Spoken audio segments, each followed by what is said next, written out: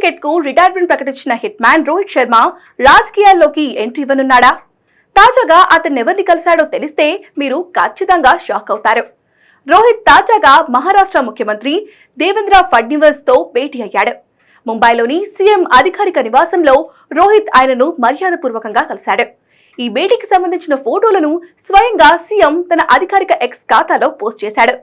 అయితే ఈ భేటీపై క్లారిటీ లేనప్పటికీ రోహిత్ పొలిటికల్ ఎంట్రీ ఇవ్వబోతున్నట్లు మహారాష్ట్రలో జోరుగా ప్రచారం జరుగుతుంది. మహారాష్ట్రలో రోహిత్ కు భారీ ఫ్యాన్ ఫాలోయింగ్ ఉంది. కేవలం క్రికెట్ అభిమానులే కాకుండా అక్కడి ప్రజలు కూడా రోహిత్ ని ఫాలో అవుతూ ఉంటారు. రోహిత్ కు ప్రజల్లో ఉన్న ఈ క్రేజ్ ను మహారాష్ట్ర బీజేపీ యూజ్ చేసుకోవాలి అనుకుంటుందా అన్న కోణంలో కొందరు రాజకీయ అనలిస్టులు డిబేట్లు నిర్వహిస్తున్నారు. ఎన్నికల సమయంలో రోహిత్ ని ప్రచారంలో వాడుకునే అవకాశం ఉన్నట్లు కొందరు క్రిటిక్స్ అభిప్రాయపడుతున్నారు. మరోవైపు team India head coach Gautam Gambhir కూడా బీజేపీలోనే ఉన్నాడు. ఇప్పుడు గంభీర్ బాటలోనే రోహిత్ శర్మ పొలిటికల్ ఎంట్రీకి సిద్ధమయ్యాడా అని ఫ్యాన్స్ డౌట్ పడుతున్నారు. ఏదేమైనా క్రికెటర్లు, సినిమా వాళ్ళు ఒక స్థాయికి వచ్చాక పొలిటికల్ ఎంట్రీ ఇవ్వడం కామన్ అయిపోయింది.